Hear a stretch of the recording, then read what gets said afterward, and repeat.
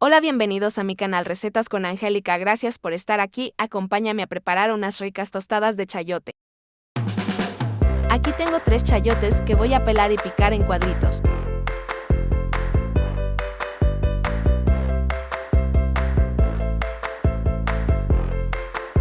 Picaré 3 tomates, 6 chiles serranos, un pedazo de cebolla y un diente de ajo. En un sartén caliente agregaré un poco de aceite y 2 cucharadas de mantequilla.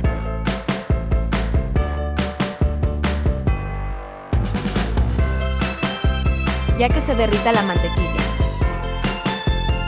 agregaré el chayote.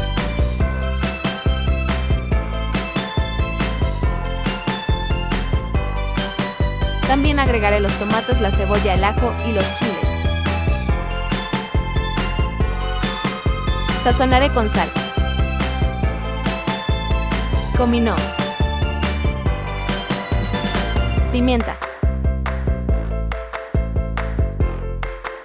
orégano y una pizca de amor.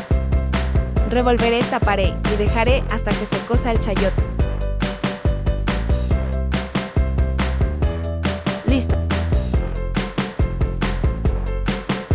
Aquí ya tengo mis tostadas, agregaré un poquito del chayote. Agregaré un poco de queso rallado. Un poco de salsita.